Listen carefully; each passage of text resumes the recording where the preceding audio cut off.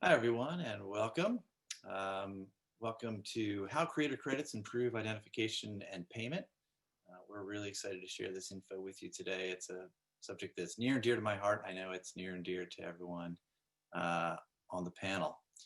Thanks to everybody for setting this up, and especially thanks to the DDEC Secretariat for doing such a great job in pulling everybody together despite the complications we're in these days. Why don't we start off by introducing our panel. I'm going to pull folks in alphabetically, easiest way to do it. First up in our list of all-stars today, I want to bring in Adam Gorgoni, well-known composer and member of SONA. Silent applause for Adam.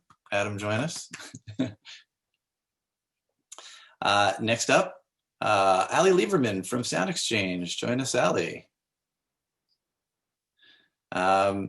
Next up, the inimitable Day Bogan, now with the Mechanical Licensing Collective. Hey, Day.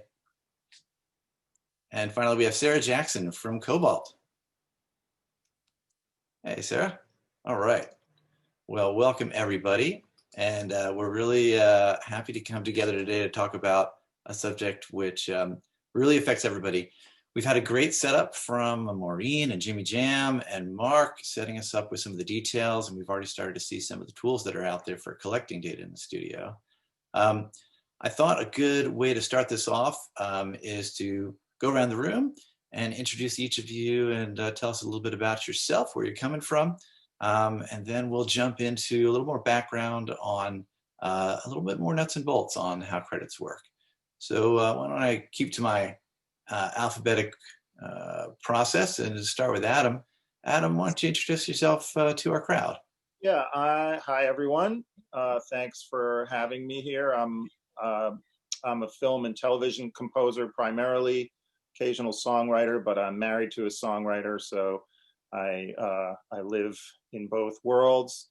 And I'm a founding member of SONA, which is the Songwriters of North America. We've been in existence for about 5 years. Basically, we formed when everyone started looking at their statements and wondering how nobody was getting paid even when you had a hit.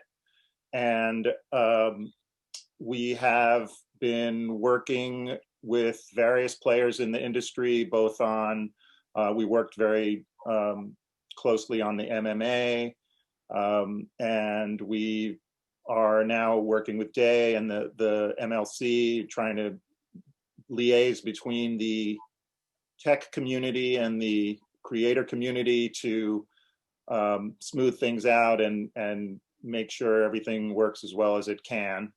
And I'm happy to be here. Thank you. Excellent. Thanks for sharing, Adam. Next up, Ali. Tell us a bit about yourself. Hi, hi, I'm Lieberman. I'm the Director of Business Process and Product Management at SoundExchange. I've been there for about 10 years.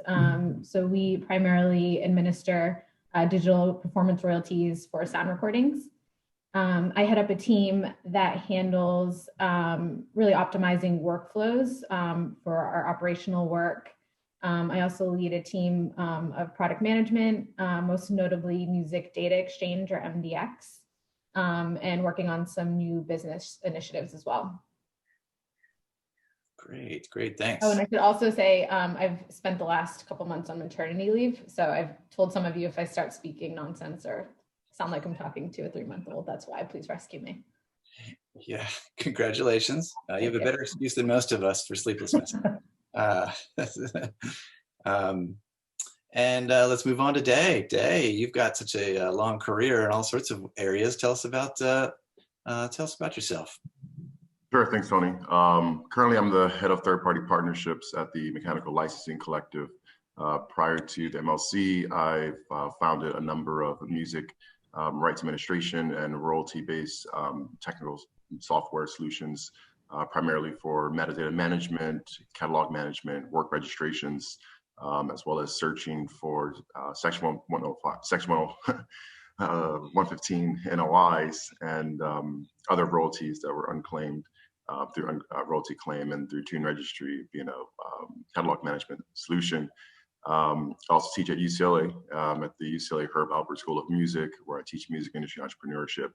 I've been interested in the music rights and metadata landscape for a number of years, starting with being a small publisher and indie label owner, and owning a small management company representing songwriters and producers and artists, and starting to get that exposure from the creative side first, and then diving more onto the business side and business implications and rights implications of metadata. So over the years, sort of evolved from more of the creative side to the business side, and then from the business side really into the technology space, providing technical solutions for business problems. And now at the MLC, I'm doing something similar, where I am developing and spearheading our partnership strategy to make sure that MLC is integrated and partnered with various sectors of the musical industry landscape to make sure that we're empowering publishers and our self-administered songwriter members with relationships that would be necessary to effectively represent their catalogs and to administer their rights as it pertains to the Music Modernization Act, Section Title 1 for us. So, bunch of word jumble, but that's pretty much the story. In short, where a number of the bodies are buried. Yeah. Excellent. Well, thanks for that, and thanks for your work helping to clean things up in the industry. Sara, let's hear a little bit about where you're from and what you're up to. Hi, it's really nice to meet everyone. So I am currently VP of US Administration at Kobalt Music Publishing. I've been with Kobalt for about 14 years now. Kind of started out there just on an assistant level, no real previous music industry experience, and sort of kind of learned everything through working there and taking all different jobs from licensing to income tracking to royalty processing to basically everything. And then, so now I kind of oversee that department and make sure that every songwriters are getting paid properly. Also involved in the DDEX working groups for the MWN, the licensing and LOD messages as well. And so we've been really working towards trying to create more efficiencies using technology in the publishing atmosphere for songwriters. Excellent. Well, thanks for what you do as well. Thanks to all of you for making the industry a better place in one way or another. Very cool. I'm going to jump into a few slides to introduce some folks to a little bit more background, a little deeper into the credits pipeline. If as we go through here you have questions, throw them into the Q&A. It'll be hard to keep up with chat, but throw them into the Q&A and we'll get to them at the end. We've dedicated a little bit of time.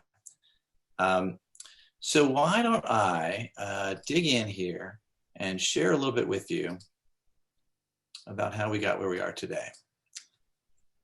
Now, Mark, first off, let me double check. Folks can see my my screen here. Give me a thumbs up if you've got that. You can see my presentation. Great, thanks. So Mark already gave a great background on how RIN works and how the other DDEX standards work. So I'll skip through that. I don't need to cover that. Instead, I'm going to tell you a little bit more about the background on how credits came to be and where they are today.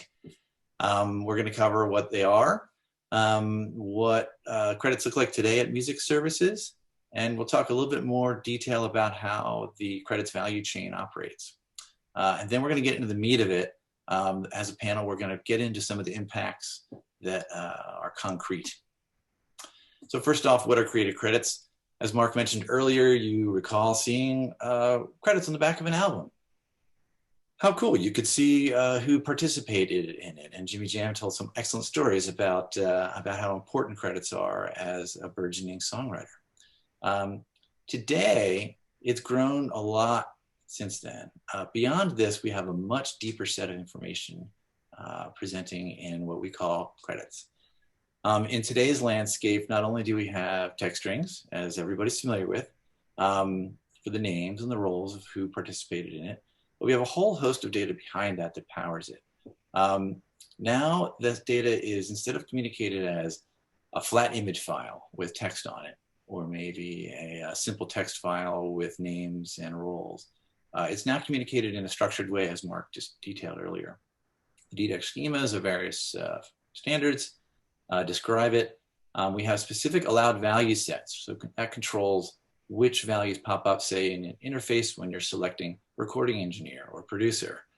This is pulling from an allowed value set of controlled values so that that's always spelled the same way as it comes through on the back end. Of course, that's just the back end.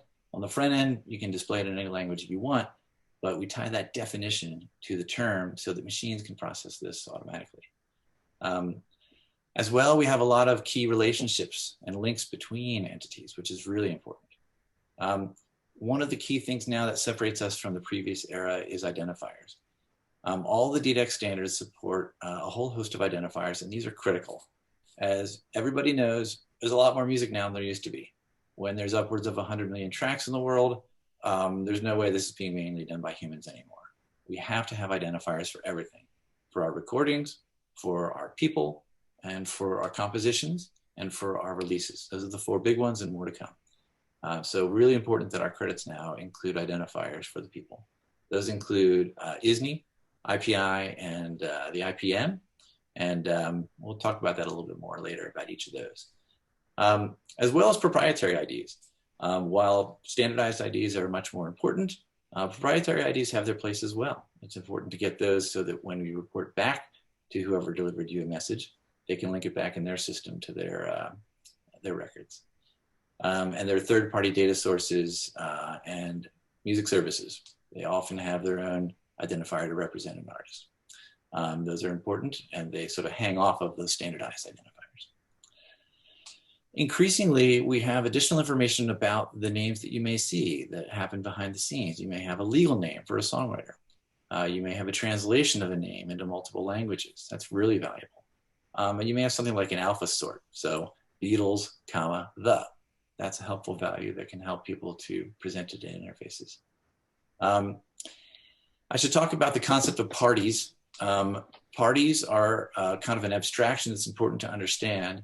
When we talk about people and that are being credited, we think of them in terms of an umbrella term called parties, and that can encompass not only peoples, but groups, such as a band or a band name, and companies. Those are also parties in this whole ecosystem. Record labels, publishers, MLC, everybody's a party. It's all a party. Alrighty, so a lot of times people ask, wait a minute, why are we doing all this? The music services aren't showing that. Wrong, the music services are showing that. As of a few years ago, a lot of the music services started adding this, and each of them are doing it in different ways, which is really cool, ways to differentiate.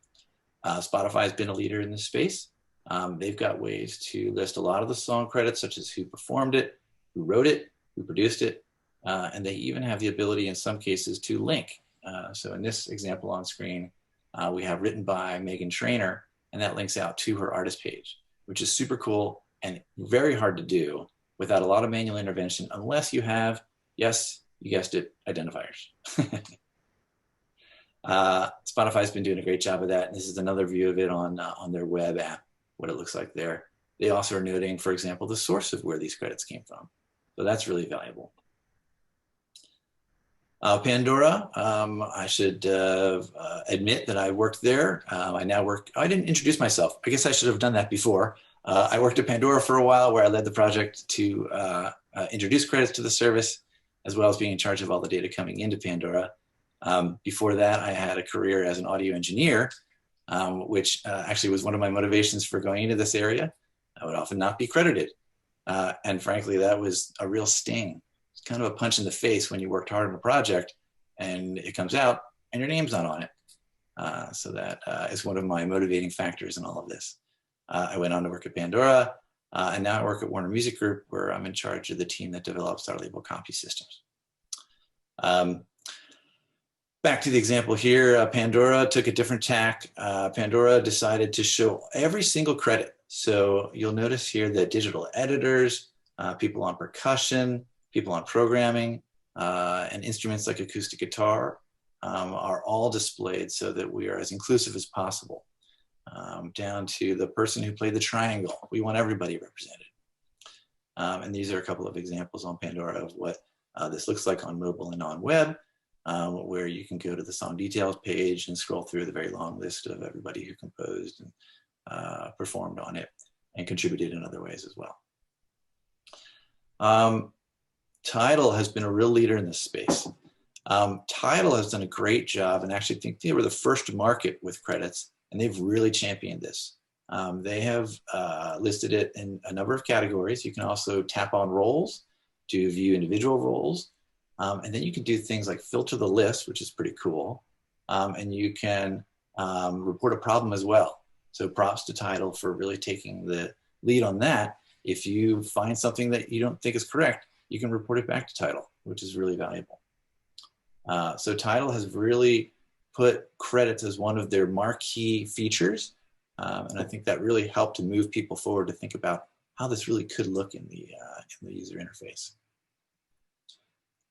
YouTube has also taken another tack. YouTube is showing songwriters and people who contributed to the composition. So that's a valuable thing. We should note that as we work towards this, songwriters and the composers of things are one of the least credited people out there. Their name isn't on the album cover. Their name is less likely to be in the credits until now. So props to YouTube for representing the writers of the songs as well. And so whenever you're looking at this, make sure that you're representing the credits for both the recording and the composition. Super important. Jaxsta should get a shout out here too. Jaxsta is providing a service where they're pulling in credits from lots of rights holders and a lot of other data as well, and amalgamating it into a really rich user interface. This is a great example of what you can do with credits, whether you're a music service or a third-party service or a B2B service. There are amazing ways that you can turn this into a real discovery interface. And Jack's just done a fantastic job of this. You can click on things, filter things, and explore and fall down the rabbit hole and find yourself coming out hours later and where did the time go? So really good job by Jaxsta to put this together in a real cool user interface. And that's open for all to view. And if you want to claim your profile on there, you can claim a profile as well and update your data there. So credits are no longer a rarity. Credits are ubiquitous. A music service reported that if you look at the spin-weighted coverage of credits beyond just the main artist, between 86 and 94% of tracks have some kind of credits. That's really impressive. Partially that's because the biggest hits are definitely representing credits, but it's important to note that everybody is delivering credits, not just major labels and the indie labels, but all the independent artist distributors are doing this. So everybody in the pipeline can now feed credits to music services. The only difference is in how they're getting it into their platforms to deliver to music services. So the labels, the indies, and the distributors all have different ways of getting that data in. And that's where I think the concentration of effort now is to improve that leg of the chain. Not all the roles are necessarily being delivered by some of the indie sources, but just yesterday I was on a call where someone told me that one of the aggregators has just improved that by adding more roles. So that's always moving forward. So thanks to all the independent artists, distributors who are working on that, as well as all the labels who are working hard to improve that. It's also worth noting that sometimes that data may have gone into a system, but it may not have been passed to the following system. Say, for example, those credits exist inside a label or an aggregator or distributor. It may not have then been passed on to the music service. A lot of times all it requires then is a quick nudge. So send an update or trigger an update in some way by changing some other value, and you suddenly might see the credits appear on one of the music services. So it's always good to make sure that whatever data you send then gets pushed on to the next, and it's good to keep up on that. So how does it work behind the scenes? Now, Mark showed you an excellent London Tube map of all the different DDEX standards. And if you're a science fiction fan or a religious studies major, that's canon. That's the official representation of how things go. You can consider the following more fan fiction. So this isn't exactly blessed by DDEX, but this is a picture I drew up to try to picture the flow of this data. So as data comes in from the recording studios, it's collected in the RIN file format, passed along to mastering and into the rights holders and distributors, and archiving as well. A key part of this are archiving companies. And you'll see a presentation later on today from Viva. And then from there, that credit data can be passed in a number of ways to different places. The ERN is the most popular one right now. That's delivering releases to music services and to third-party metadata services like Jaxsta.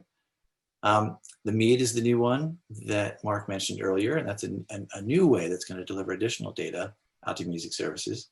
And it's a way that metadata services can provide their B2B data to music services. And the RDR, formerly known as the MLC message, is now known as the RDR, is delivering a lot of data, including credits, to neighboring rights societies. And of course, most importantly, we got our fans. We got to get this data out to the fans so they can discover more music. And I noticed when I presented that to some friends that it was very recording centric. So my friends at UMG helped me by providing this diagram, which represents a little bit more of the publishing side of things, of how that data flows around and back and forth.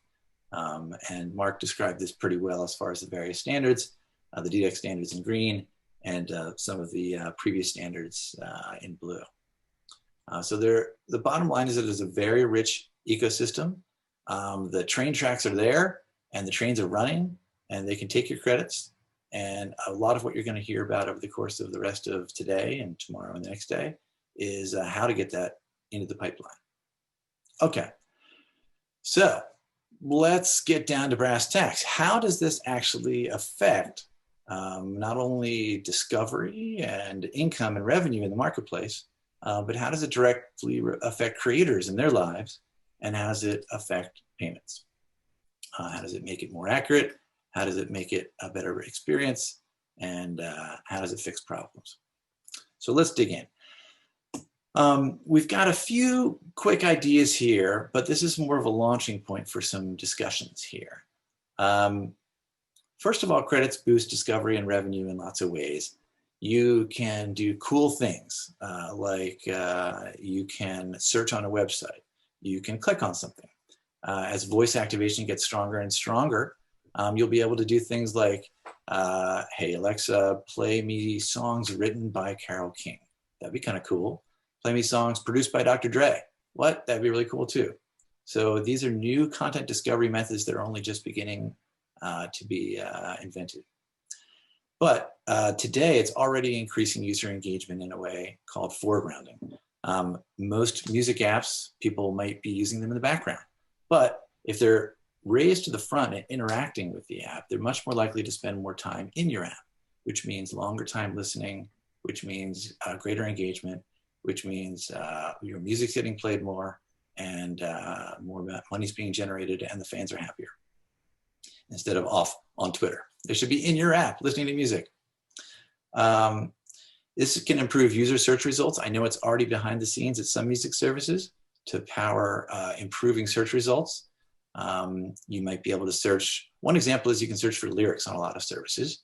You might search for Teenage Wasteland, and the first result will be Baba O'Reilly. Well, that's not, Teenage Wasteland's not in the title, but it's still powering the search behind the scenes. Ditto for credits. Credits are starting to filter into those search algorithms to improve things as you're searching for them.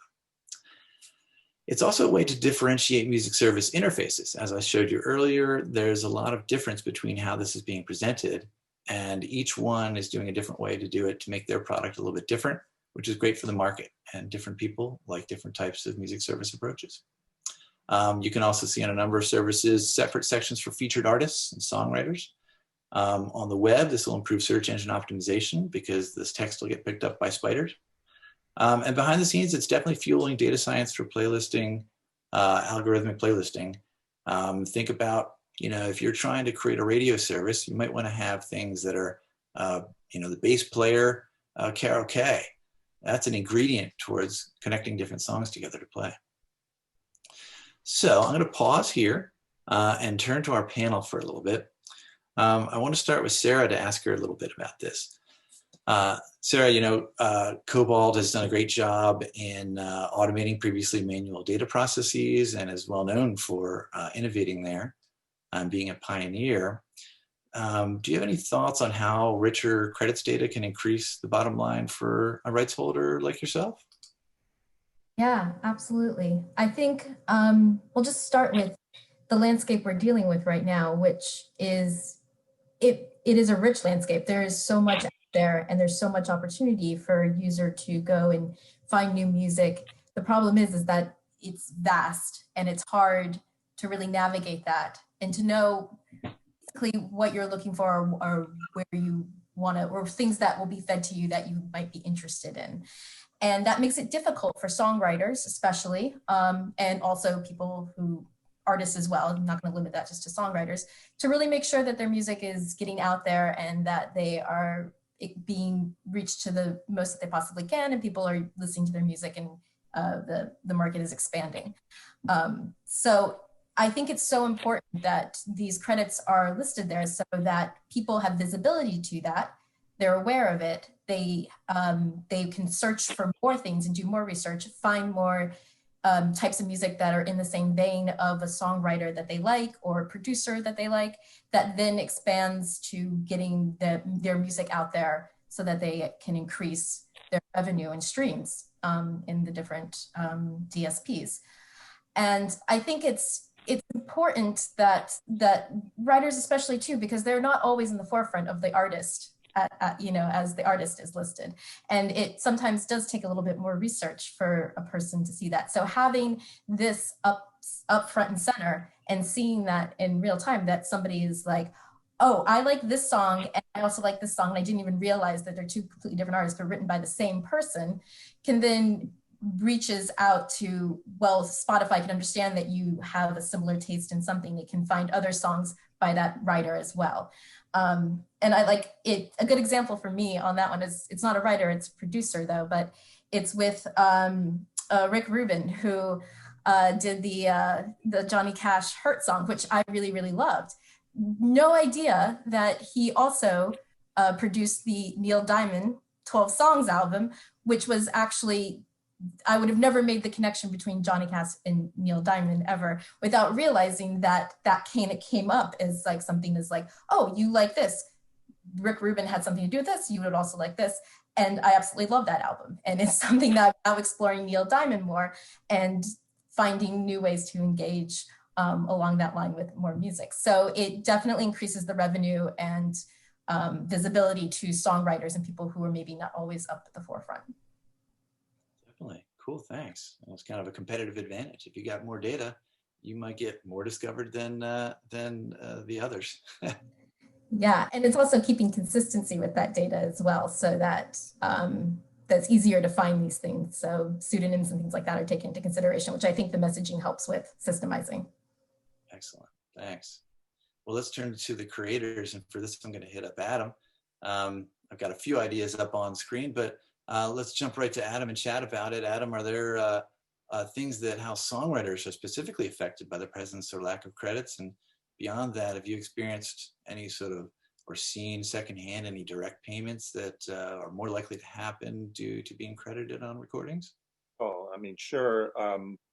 All the neighboring rights stuff, you only receive, there's money out there, but you won't receive it unless you're properly credited as a side musician, or maybe you're not the featured performer, but you have some participation in the production. And if you didn't, if your credits aren't there, you're not going to see any of that money.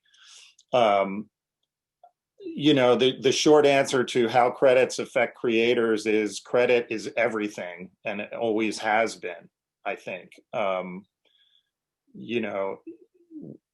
Especially now, and especially for writers, since writers in the digital age have sort of gotten short shrift on the way, the percentages that are paid out for streams, which is a whole nother conversation. But the pie for songwriters has shrunk relative to how it was in the pre-digital age and the age of mechanicals. So you really can't afford to not be credited and to collect every fraction of a penny that we possibly can out there. Obviously, we're working on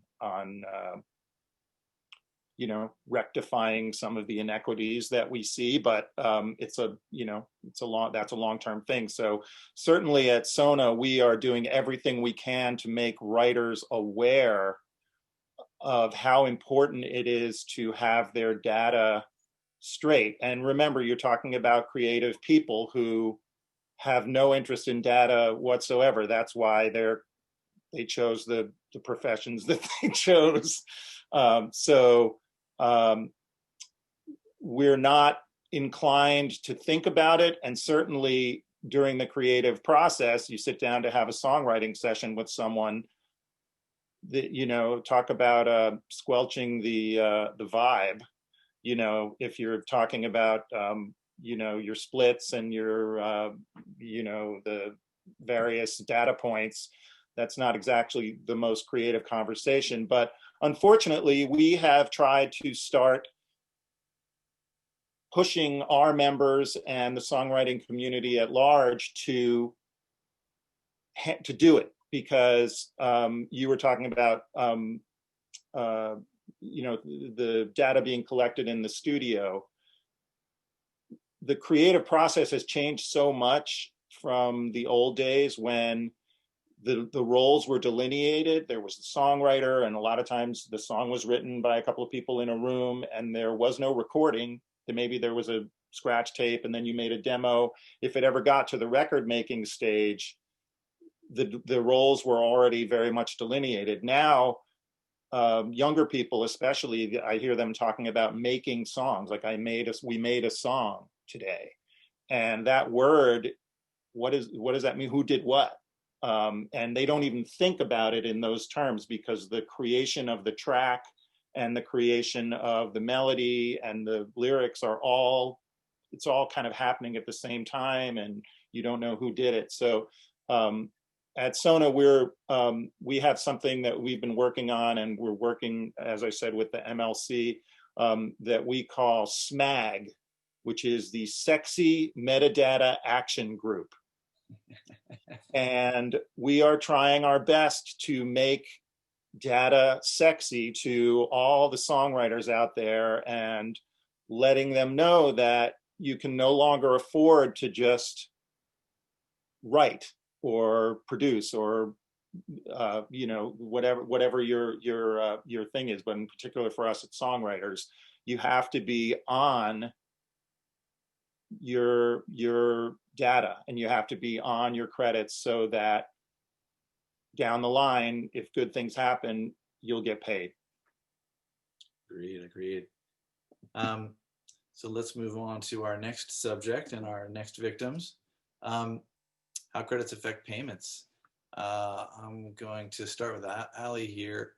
A couple ideas are up on screen, but let's get a little bit more specific, and we're starting to run a little late. I think I ran a little long on the slide, sorry. But tell me a little bit more about how SoundExchange is using credits specifically. Is this something that's used to verify the creative participants for letters of direction as per the AMP Act, or maybe is it used for helping to locate creators or owed royalties? Tell us a little bit more about that. Sure. Answer is all of the above. So at SoundExchange, the core of what we do is work to make sure that creators are fairly compensated when their work is used. So in order to do that as a collective management organization, we need to know who performed on what recording, who wrote what work, so that when music services are reporting these tracks to us, we know who to pay. We know who to make these royalty payments to. So there's a lot of things we do at SoundExchange to make that happen.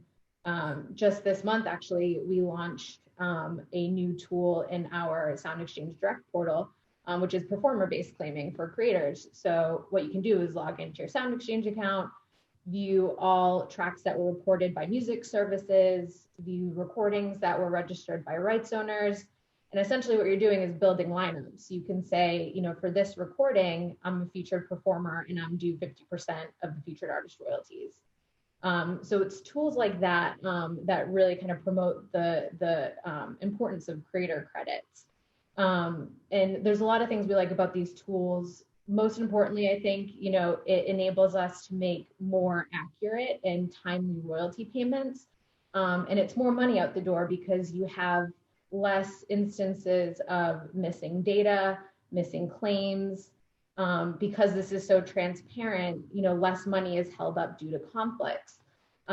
So, at SoundExchange, we pay royalties on a monthly basis. So it's tools like this and being able to capture these creator credits that allow for those, monthly payments.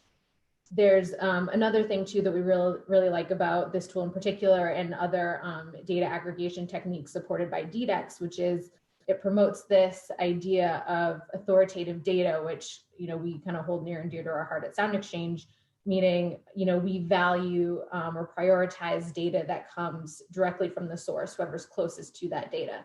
So in the case of creator credits, that would be the creator. We want to hear from them and what their shares are on certain recordings or works. And I really just can't stress enough that in the world we're living in with microtransactions, streams worth fractions of a penny, you want those royalties to add up in a real meaningful way. And in order to do that, you need this granular data, you need this robust data. And that's what's wonderful about DDEX and the messaging suites they offer, because you're automating more, you're standardizing more, so that all of these processes we do at a collective management organization just makes it run so much more efficiently and so much more smoother, so that royalties are getting out the door much more quickly, monthly for SoundExchange, and much more accurately. So just having these tools available that DDEX promotes, really just allows that to happen. Excellent. Well, if there's any performers out there and you haven't registered with SoundExchange, get on that. You can search for missing money sitting there waiting for you possibly. So look up your name and make sure that you're registered for that if you're on the performing side. Critical. Day, I want to turn to you for some questions too. Can you tell us a little bit more? You've been in the trenches on sort of like diagnosing problems of some money that got left behind or left on the table. Can you tell us a little bit more about how credits inform that process? One example I'm super curious about is the AFM and SAG-AFTRA Intellectual Property Rights Distribution Fund. As I understand, they get a limited amount of information and then they turn to credits to verify people that they've got money waiting for them. Can you tell us a little bit about how credits help with that and other missing money? Sure. Well, I can't speak on behalf of the fund, as they like to call themselves, but I do have a lot of friends over at the fund and have worked with, collaborated with the fund in some capacity in my role at Tune Registry. So neither of which I can speak on behalf of, but I can say in general that credits for non-feature performers, your background vocalists, session musicians, are also very important. These are credits that are not often captured, especially at the independent music level, or distributed out. When we talk about credits, we talk about songwriters, producers, the featured artists a lot. We talk about musicians as well, especially if they're members of the band. But a lot of times when you talk about solo artists who might hire a session musician for a particular track, they're easily left out when it comes to credits. One great example is actually during this pandemic, I've been working with a number of background musicians and session vocalists to help them try to uncover royalties. One in particular is my cousin, Duran Bernard, who's a background vocalist for Erykah Badu. And we've uncovered about $15,000 in royalties, back royalties that paid out through AFM SAG-AFTRA fund. And it was only simply because he didn't properly, he wasn't aware that this entitlement existed. And there are several other musicians that I've worked with, but he's the only one who's given me permission to talk about him. So, there's a lot of session musicians and background vocalists who are not aware of this entitlement. About 5% of the digital radio royalties that flow through SoundExchange go over to the AFM SAG-AFTRA fund. And that fund then applies, I believe it's 2.5% to background vocalists and session musicians.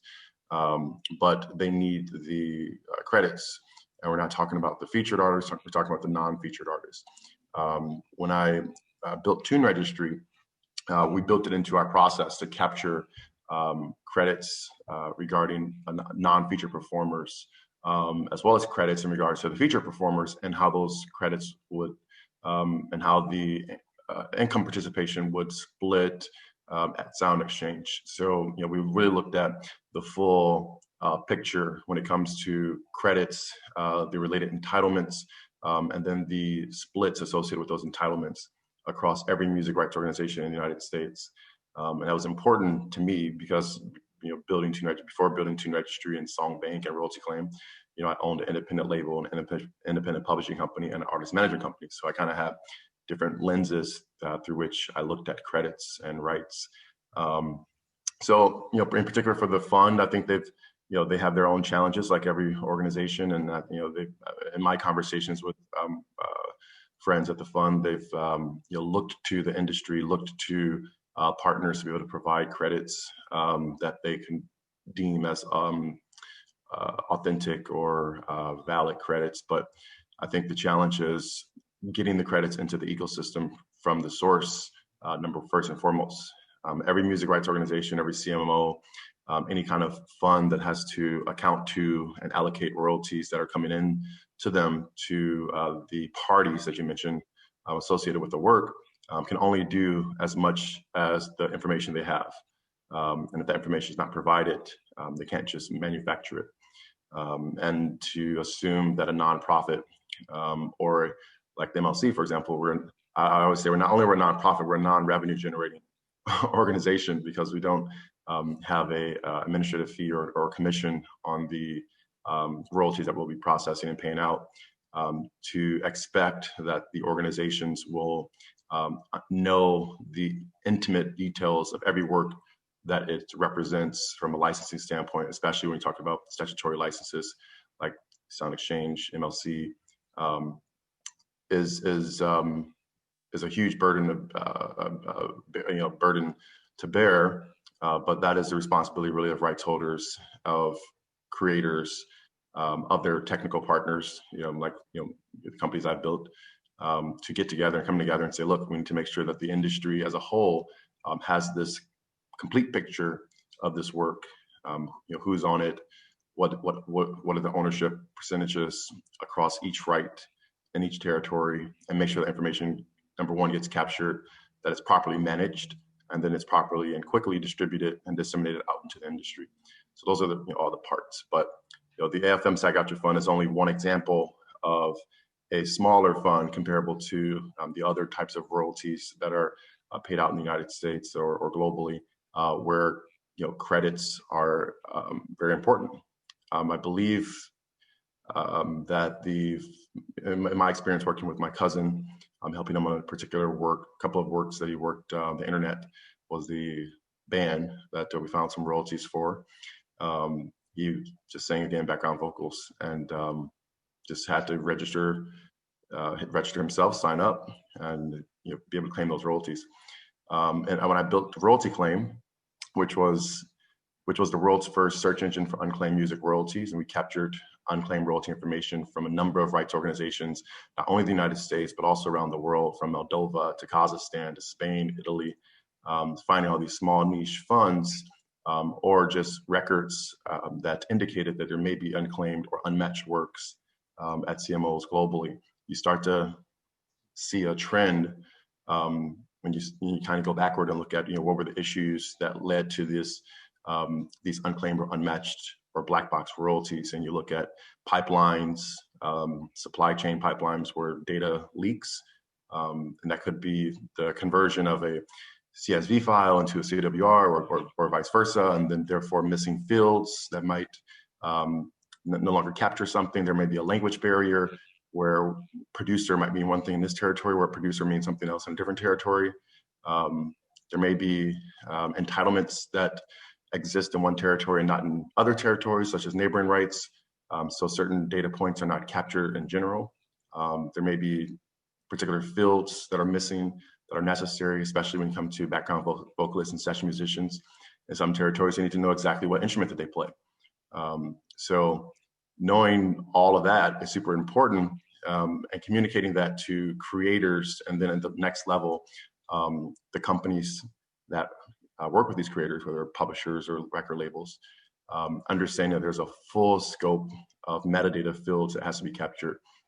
When I built Tune Registry, we had 150 data points of metadata per work, from the musical work to the sound recording to the release that it was on, and that information had to be captured, gathered, and distributed out to all the different types of sources, whether there were CMOs in the United States, metadata services. We partner with Gracenote, TiVo, Audible Magic, making sure that everyone got that data.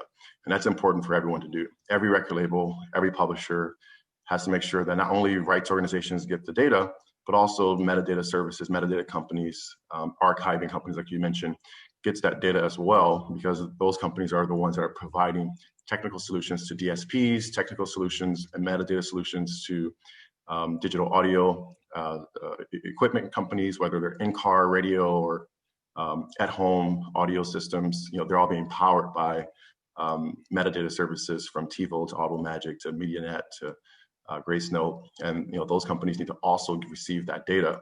So I've always said, as a part of your best practice as a label or publisher, you need to make sure that not only is your metadata going to DSPs, and not only are your rights data going to your ASCAP, BMI, and CSACs, and your SoundExchanges, and your Harry Foxes and Music Reports, but you also need to make sure all the information gets over to TiVo and Gracenote and Audible Magic and ACR Cloud and Quantone, and the list goes on, because those companies are the ones that are sending the metadata updates to the audio files, to the audio devices and the DSPs that are going to display it to the consumer market, or provide or enrich some of the information that DSPs and other audio technology companies have.